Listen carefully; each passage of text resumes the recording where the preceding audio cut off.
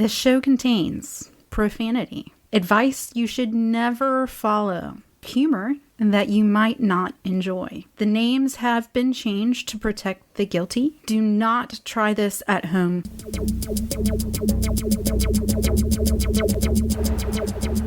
Greetings, Yellow Blazers, Blue Blazers, Bill Bryson lovers, Bill Bryson haters, cliff jumpers, cliff bumpers, cliff dumpers. Welcome to the Pox Puss Podcast, a proud member of the Appalachian Trail family. My name is Pox Holiday, and sitting to my left, Puss in Boots. And when we come back, we're going to talk with Shane Mauss. We're sitting in Shane Mauss's hotel room here in Raleigh, North Carolina. Shane's in the middle of a 75-city psychedelic comedy tour, maybe actually more at the beginning of it. Let's see. You might know him because he has an amazing CD called My Big Break. He also has Mating Season, which is on Netflix. And he's been on Conan multiple times. But I know Shane because I had this really shitty job. And I would get off at like 12:30 in the morning and would go out and like warm up my car for a few minutes before I took off. And so I happened to be listening to Doug Loves Movies. And if people have heard us talk about Doug Loves Movies before, I've gone to see it before. We actually even used a clip of it one time in the show. Don't tell him. But so it was one of those episodes where the three people on stage, maybe it was Shane, and I can't remember the other two, but I'm going to just take a wild guess and say it was like Sam Levine or somebody else who just knocked it out of the park. And it was one of those episodes where 2 rounds and the first person wins. And so all of a sudden Doug was like, so Shane, you're on crutches. and Shane told this story that blew my mind, and I think that night I sent him an email, and we've actually traded emails for almost 2 years now. We were going to come down and see you at the Crow in Wilmington and talk one time. Then one time we were going to talk in Myrtle Beach, but this just so happened to work out perfectly because I was in town this weekend. So today is our destiny. It has come to this. Welcome to the world, everybody. But I know you've told this story 1,000 times. All right, I don't mind telling it. But I spin a new version of it each time. Oh, really? I just have talk towards that pink side. There you go. Perfect. I just have yeah. I mean, I to stop myself from getting bored with the story. I see if I can find a new way of telling it, and so yeah, it's And then, actually, I just went back to the place where it happened. Oh, wow. Recently. I've never talked about that before. I was, I'll get into the story, but I was worried that I had been exaggerating these last 2 years. Right. And I was not. In fact, I had definitely undersold it in my mind. It was much. I think I downplayed how stupid what I did was, because it was definitely bigger and harder than what I remembered it being. So this was a little over 2 years ago on May 25th, my birthday. I was in Sedona, Arizona, visiting a couple friends. I had some shows coming up in Phoenix or something like that, and I was going to do ayahuasca for the first time. That's what I was going to Sedona, which is a psychedelic that's well known in Peru. This tea that people go down to take with shaman and stuff. I'd never done it before. I smoked a lot of DMT, which is this kind of extracted version of it that you can smoke. And it's the most fascinating thing I've ever done. And so I really wanted to try this ayahuasca stuff because it was meant to be slower and a little easier to articulate and remember. And I never got to because the day before that was going to happen, we were supposed to go rock climbing. I was really big into rock climbing at the time, which fortunately I was in really good shape and all of that. there was a fire, couldn't go rock climbing, so we decided to go for a nice little hike instead. My friend, here's where I have started exaggerating. is every time he called me out on it because I saw him recently. Every time I talk about him on a podcast, he gets fatter and fatter in his story. I think on Rogan he was 400 pounds, right? Yeah, he was never 400 pounds. Not even close. But I think that was just my non-conscious kind of just giving him some jabs for getting me into the worst shit of my life. But he was he was definitely well overweight, not in good shape, and had gone through this incredible weight loss in no time, doing this a bunch of bizarre diets. Actually, I wasn't. He also gave me a hard time about like not knowing what his dumb diet was. It was just a bunch of dumb, stupid. Or something involving just drinking coffee, or with butter in it. I guess that was only like 2 weeks of it, and then he did this other weird thing, and he was like breaking out in rashes, and like he had to go to the hospital and stuff because he like wasn't eating food. Yeah, I know exactly what you're talking about because my dad does fad diets all the time, and he'll lose like 30 pounds in like a couple of weeks, and he's like, I've never been in better shape in my life, and then he goes to the doctor, and they're like, your cholesterol's through the roof, and he's like, that's because I only drink whipping cream with every meal now, or some weird shit like that. Yeah. It was like that. Yeah. He was doing a series of and he did have this tremendous weight loss. Also, almost died, but had this tremendous weight loss and was in this great shape. Another thing that this will be like the correction episode of the story, because I visited him recently and he listened to me on Rogan and then corrected everything that I was either misremembering or exaggerating. So it wasn't that he was never athletic or whatever, which to me, now I think it makes it even worse. I mean, right. I think it makes it even more.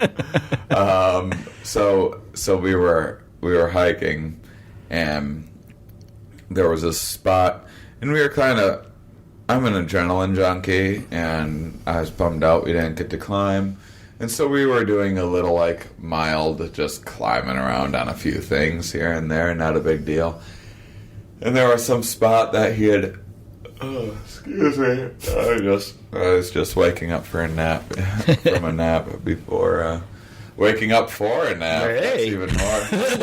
Oh, I gotta set my alarm for nap time. Yeah.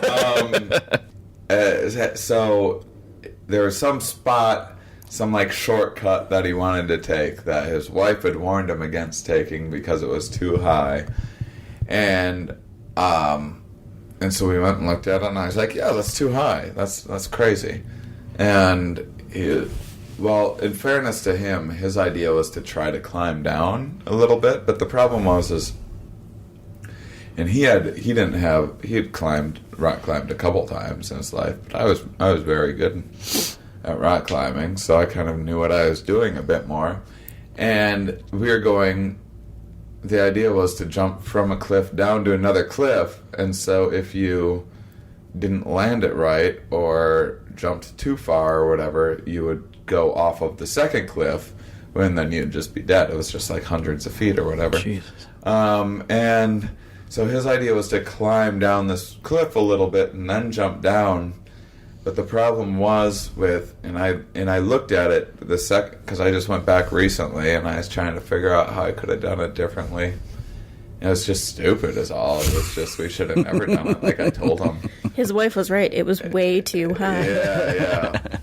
And they're like a weird couple anyway. They're great and lovely people, and who knows? Like, I'm just such a skeptical fuck that I don't like super like new agey stuff, and they're pretty far out there into those worlds. I like hanging out with people with different beliefs than me, but I also like mocking them for their beliefs. And his wife is another frustrating aspect of it, is that his wife was a psychic, quote unquote. She's not like practicing anymore, which I don't know why you just like turn it off in your head, and why you would just turn off this amazing gift of foresight. Too many people are getting hurt. Well, anyway, it was frustrating. She didn't tell me what was going to happen. And she's also like, her psychic powers are like, a lot of times when I talk with my friend, he's like, oh, she's working with me through the Lord's Orphan, and it's always stuff like and Zoltan thinks that, like, if I want to fix my my inner light beams, what I need to do is clean the toilet more often. And she's just like, I got this. Manipulating him with these insane, like, so she was talking with like gods and spirits. God thinks you need to start doing the dishes a little bit more. And then... That's everything all the gods have to say is like, nice. Maybe you would have a better relationship with the light beam wigwam if you cleaned the litter box a little bit. He's got this weird Greek/Australian accent. I was trying to figure it out. I was like, hey. You'll never hear an accent like it. He's from Greece and lived in Australia. And that's a spot-on impression, by the way. So I know everyone's like, what kind of an accent is that? Yeah, what kind of an accent is that? He was, I mean, I guess how much he had to twist my arm is up for debate. I definitely told him it was too high. I definitely told him that we shouldn't do it, and he definitely called me a pussy for not wanting to. And you were definitely very determined. And you were also wearing some footwear that's questionable. And oh yeah, I was wearing barefoot running, like 5 fingers, kind of like those. Yeah, they didn't have that with like the toes at the end. Yeah, okay. But they were like the Merrells with the zero. Yep. So it's just, you're just walking on rubber. Yep. And which is a scam. Barefoot running is for dummies. Mm-hmm. Actually, like it's not. It's actually good for like neuroplasticity and stuff in like old people, because once they start losing sensation, it reactivates stuff once you start stimulating more. But the neat thing about shoes is it protects you from like rocks and hard landings, and they're comfortable. And but the reason why barefoot running took off was because of this. And maybe barefoot running is good, but the scam that they sell you on is that heel striking is this bad thing that people do, where you land on your heel when you run fast, and they go, look at these professional athletes, these professional sprinters when they run. That's because if you're the Bolt, the physics of you running has you leaning forward so much. Yeah. That your heels don't touch the ground. It's because you're superhuman, not because you're not supposed to run like that. It's just one of these stupid, like, CrossFit things. I was in CrossFit, and I was just, like, trying to be as open-minded as possible. And I still, to this day, like CrossFit, but a lot of their stuff that they sell you on is utter garbage.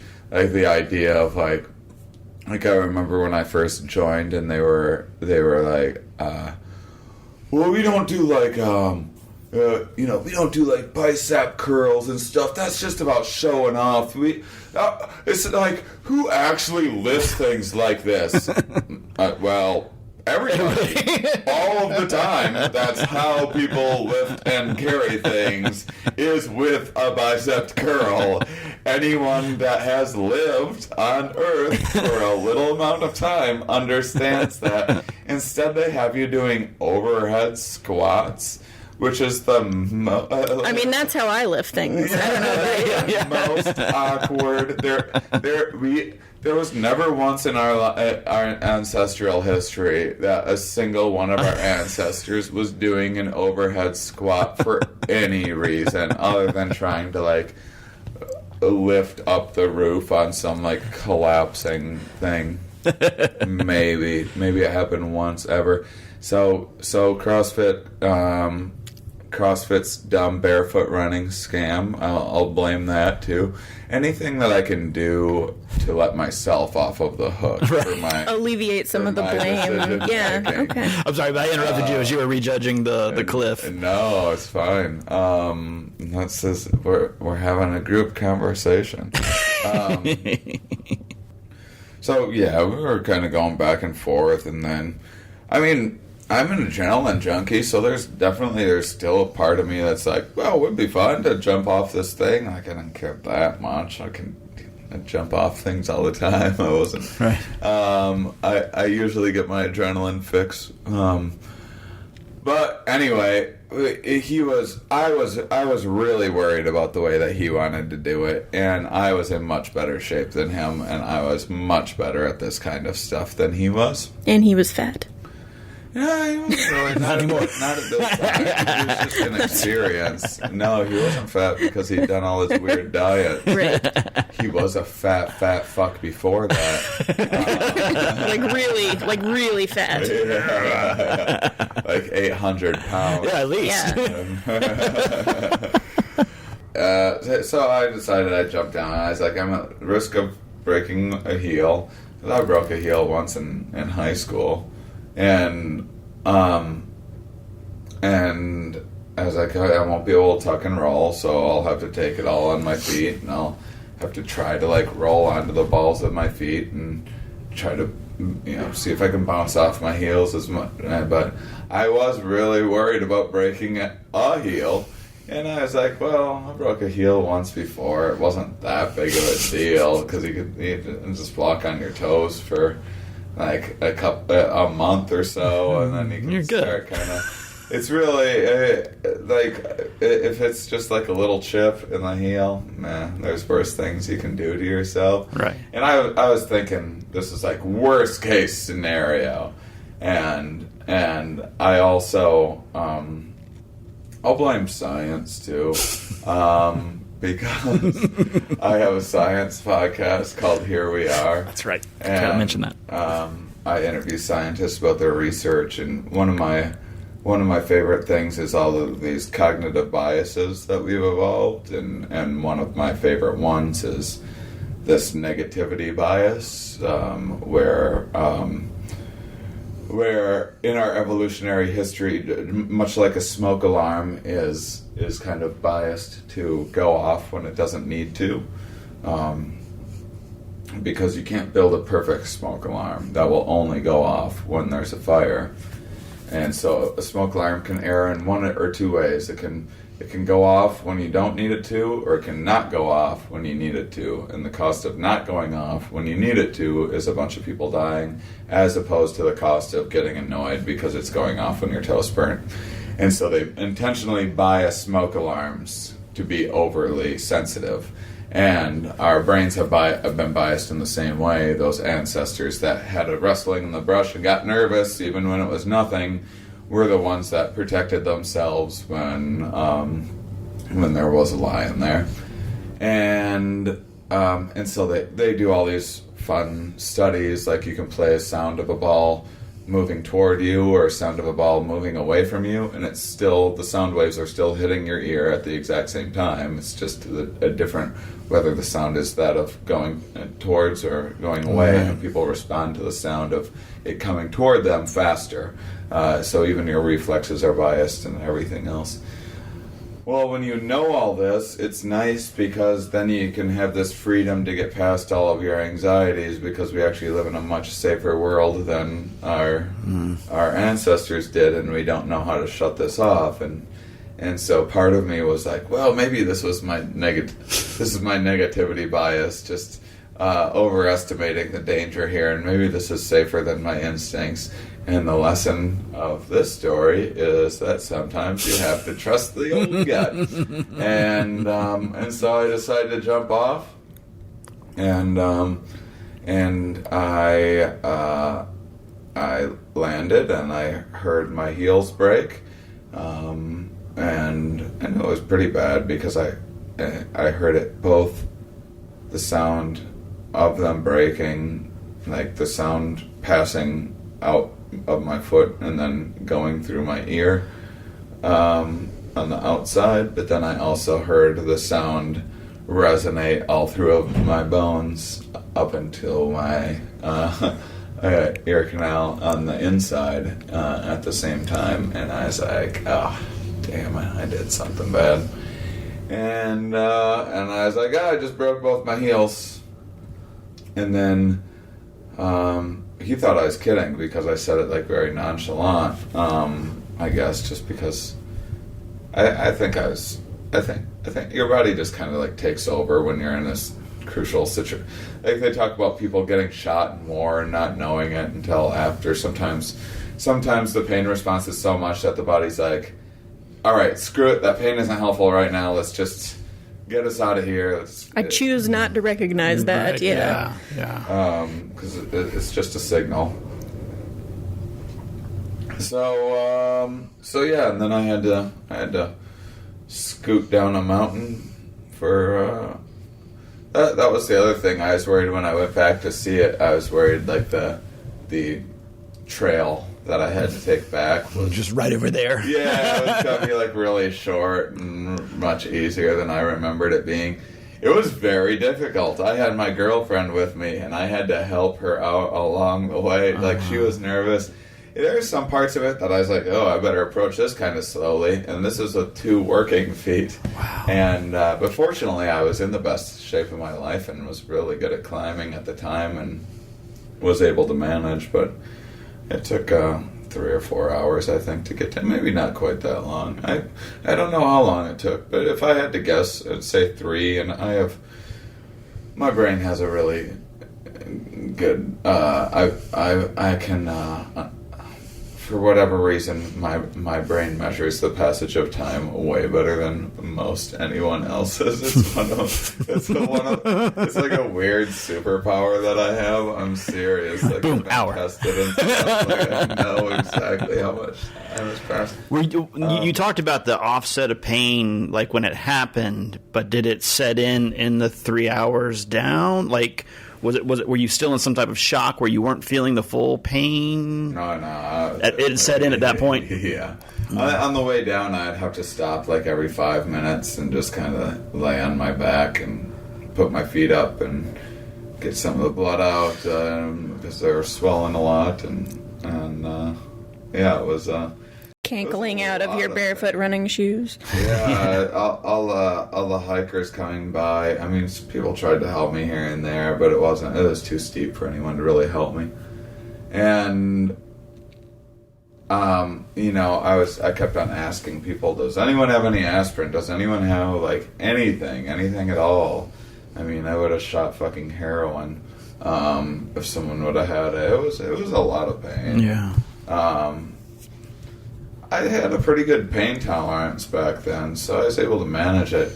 You know what's funny is now I have like no pain tolerance. Ever since my injury and having to deal with all of that, because I was a huge adrenaline junkie. I was always like, I used to do like half pipes on rollerblades and stuff like that, and like I've gotten myself in all sorts of shit, and I've always had a pretty good pain tolerance, and now I have zero pain tolerance whatsoever. Like, if my girlfriend like pinches me playfully, I'm like really like skittish, like and it's something got rewired. Wow. In my brain since then. Which sucks because my foot still hurts. Dang. So that's the scar. Dang. That's a good one. No. I mean, the other thing is like, I had at the time, I wasn't like I was starting to do okay.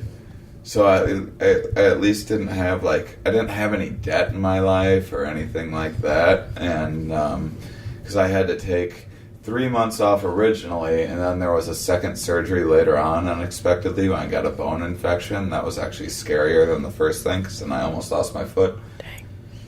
And I had to take 3 months off for that. And then that's when I racked up credit card debt for the first time in my life, but at least I had credit cards to be able to live, and then I had family and people in my life to take care of me. There's a lot of people in this world that get themselves into a little bit of trouble and don't have the social support that I did, and there's certainly worse, more debilitating injuries, and especially something goes wrong with your brain and everything else. Definitely the injury has made me more empathetic toward.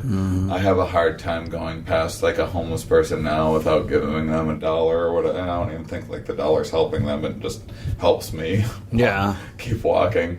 But it definitely has, which I'm thankful for. I'm happy that, I've always tried to be a more empathetic person, because I was an asshole when I was a young kid growing up in a macho kind of Midwest world.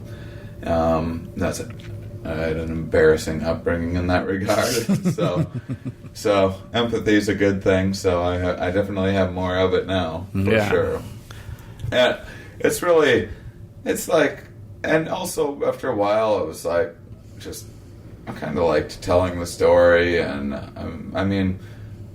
I hope my foot continues to feel better. I don't know, this tour, I got to start doing something, because it feels like it's getting worse. But it did feel like it was getting better before the tour, and who knows how much it will improve, and who knows how much medical care will improve in the future. That's what I'm the most hopeful for. Just give me a nice robot foot. I'm sick of this dumb shit. You can take this thing off me anytime you want. I would love to have a robot foot. I'm sick of it. It just hurts every day. But it's not bad. Most of the time it's just throbbing, or it's annoying because I have this dumb limp. And are you using anything to get around now? You're just 2 feet. I have a cane in the back of my car, so I might start having to use it again a little bit, just so that I don't. Maybe if I use it more often, then I'll have more normal days again. Because normally I have 3 bad days a month. If I'm taking really good care of it. It's hard to take care of yourself on what's now a over 80 city tour, actually. Jeez. And come January, I'll have, it's not crazy every day, and so I'll have a more regular-ish schedule with some days off each week and stuff. You're doing a show every night, pretty much. Yeah, I have a couple days off. I was looking at your tour, I was like, good Halloween. gosh. I have a couple days off, 2 days off for Thanksgiving. And then come Christmas, I have a long Christmas, New Year's break, and then I'm just back at more of a regular 4-day-a-week schedule, which is still 4 days a week of having to travel to a new city on those 4 days.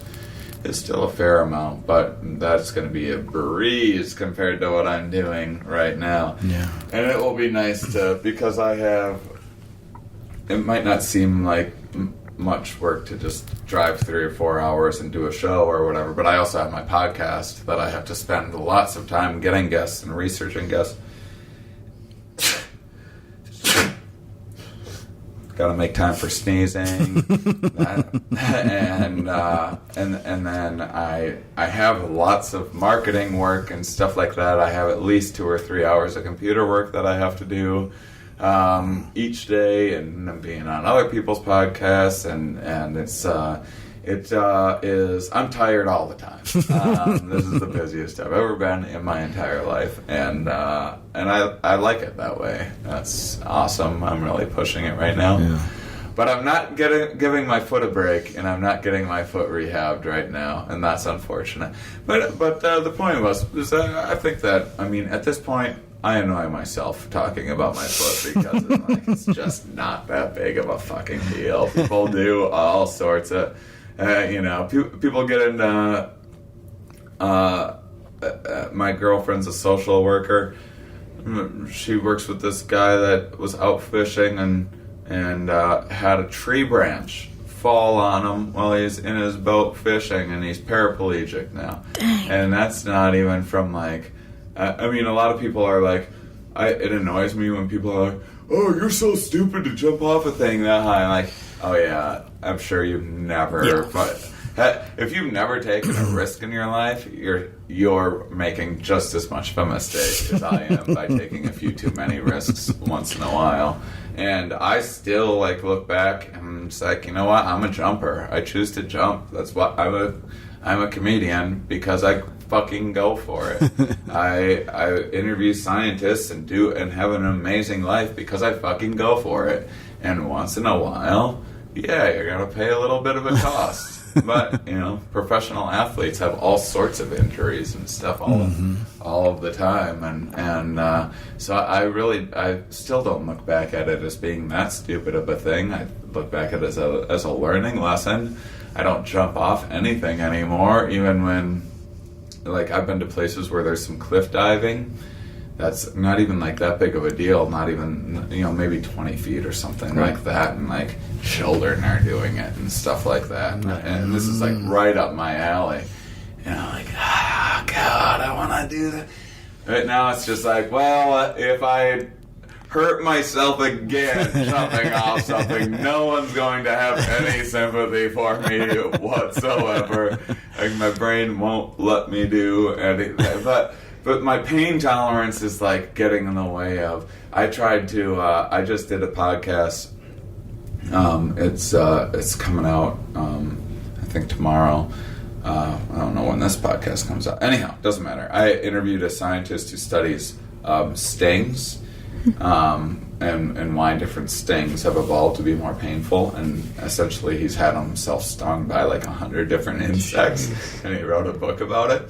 And he had all these insects around, and during the interview, he has like 1 through 4 is the pain scale, and he had like these 2s, and so I got myself stung by it too, and I was like, that wasn't bad. And I was like, what else you got around here? And then he was like, well, I have a 3, but it doesn't hit you right away, and then it just lasts all day long. I'm like, I'm only doing this to like get the dumb reaction for the podcast. I don't want to just be in pain all day.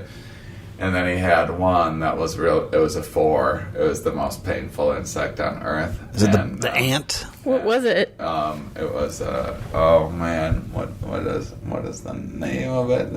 I think it's some wasp. Okay. I'm forgetting the name. I should really memorize it. And the book's in my car right now too. It's called Sting, but. And I tried. I was pressing down on the thing. It was like, and it would like keep on like fake stinging me, and my reflex would just be like, because I was like intentionally trying to get myself stung by the most painful insect on Earth, just because. 1, I thought it would be entertaining. 2, I thought it would be a story to tell. 3, I know that pain is temporary and it's just a signal going into your brain, and there's absolutely no long-term damage from it or anything like that. But I was like trying so hard to get myself stung by it, and my reflexes just like wouldn't let me. God. And I know before the accident I could have not that. So maybe this is an improvement. I'm not as willing to get myself stung by the most painful thing on Earth. But I know before my accident I would have happily just like put my hand on it and just waited. No problem. God. Meanwhile, this poor wasp was like, I'm tired. I'm turning into a pacifist. I'm tired of stinging people. Yeah. Stop. I'm trying to avoid this. It's like, what is this idiot doing? Does this dummy not... It was like waving its wings around, like making this crazy buzzing sound to scare you off. It's like, I have a headache, not tonight. And then the thing like flew off like into the dude's house. I'm like, God, man. He's like, oh, it's okay. I'll grab it. Yeah. Well, that's another important lesson in life, is like how scared we are of things. Like, most people are scared of, like, they see a little cockroach or a spider or something, and they're scared. Because we've evolved to be scared of, like, every little thing, and these are all just false alarms in our heads. how not dangerous insects are, other than like the fatal poison, but most insects, 50% of them, the males don't sting at all. I didn't know that until I read the book. So you already have a 50% less chance of getting stung. And then 2, you can actually you can pet the world's most painful insect and it still won't sting you. God. And so the world's just not as scary of a place as our stupid evolved brain makes it think. And that's probably my least favorite thing about my hiking story is people hear it and then they're like, see, that's why I don't hike. Like, no. Now, I mean, had I like been hiking and like rolled my foot and broke my ankle or something like that, and then you go, oh, okay, the uncertainty of stepping around. It wasn't hiking's fault that I jumped off this thing that was much too high. Yeah. Any more than when I broke my foot jumping off of a houseboat onto a dock when I was a teenager and broke my heel. It wasn't the houseboat's fault. It wasn't the dock's fault. Houseboats and docks aren't dangerous. Right. Hiking's not necessarily dangerous. I would say. I mean, what's hiking can be dangerous. What's far more dangerous is sitting on your couch all day, every day, and we have not evolved to detect that kind of danger, and so yeah, I don't know. Well, I was going to ask you, you have an album about getting injured, based around your injury. Every podcast you go on, somebody wants to hear the story.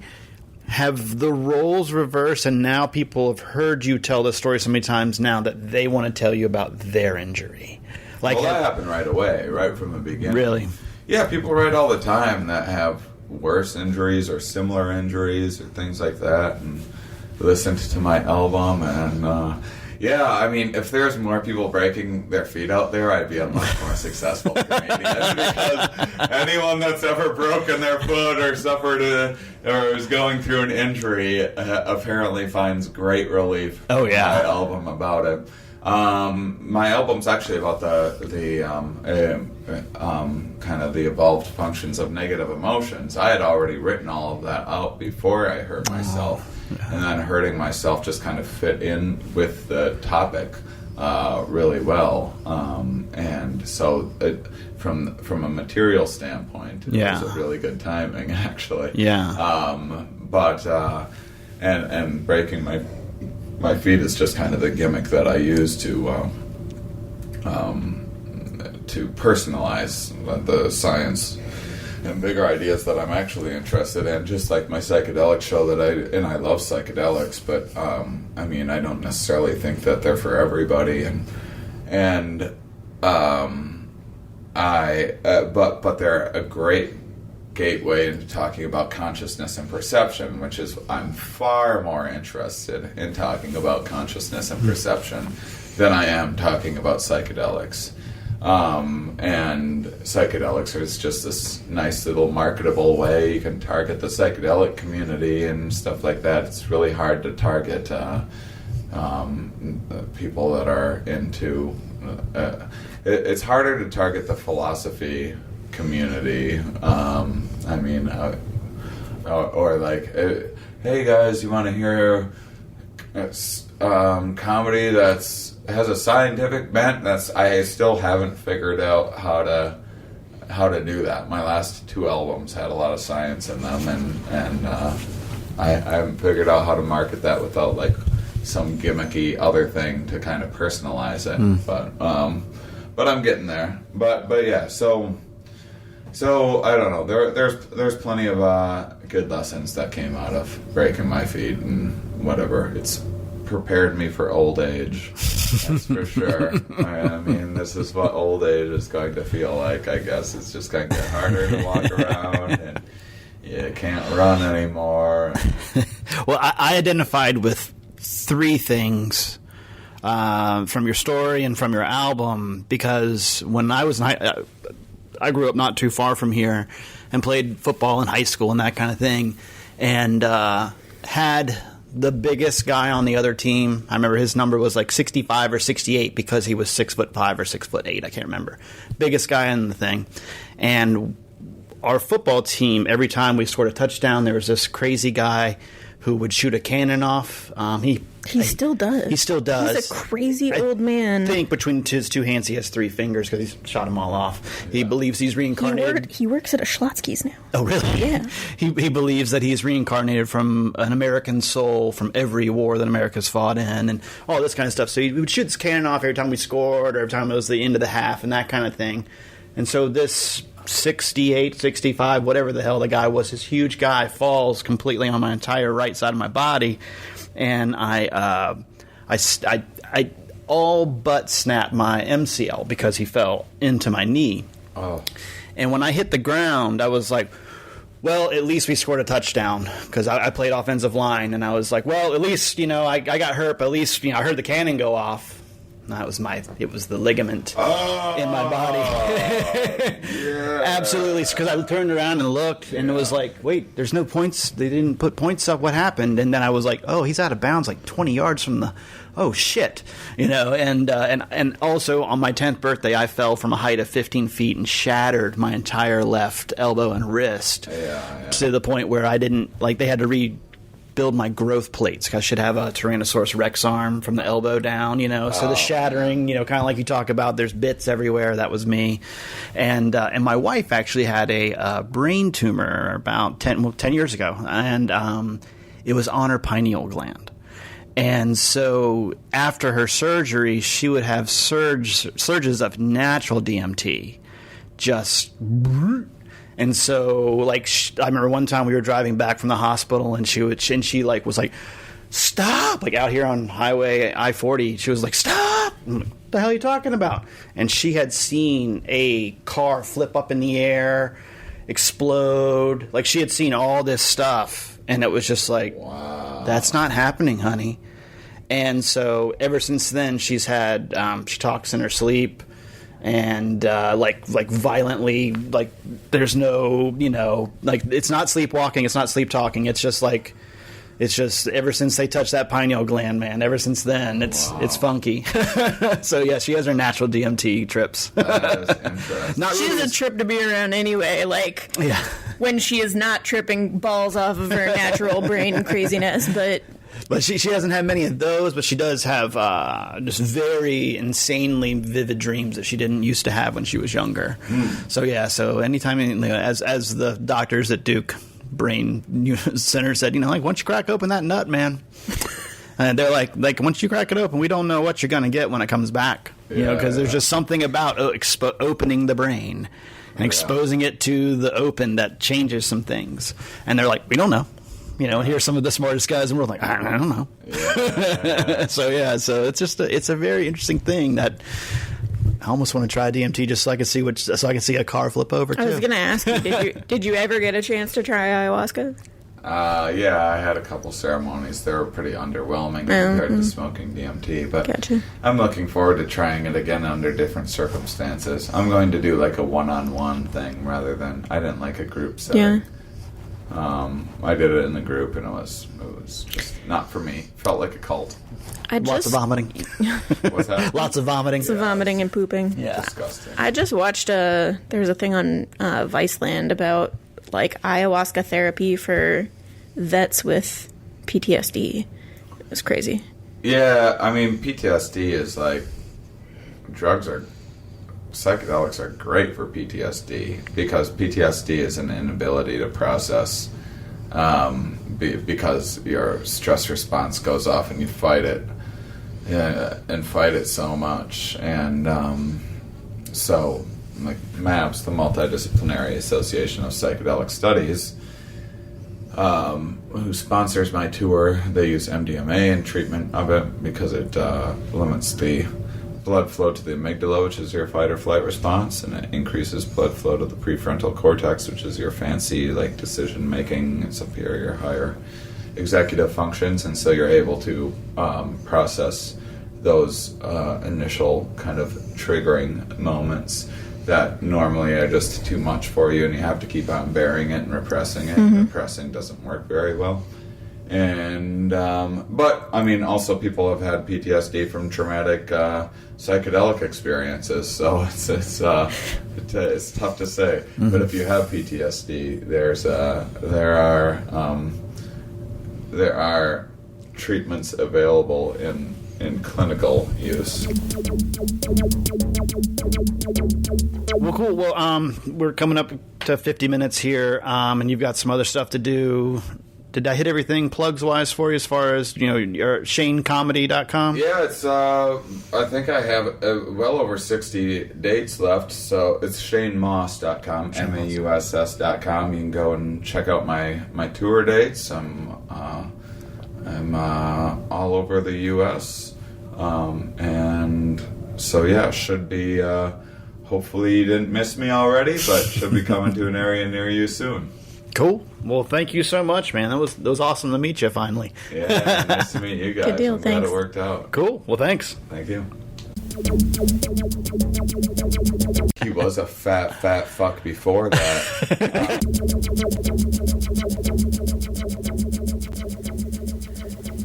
We're having a group conversation. Conversation.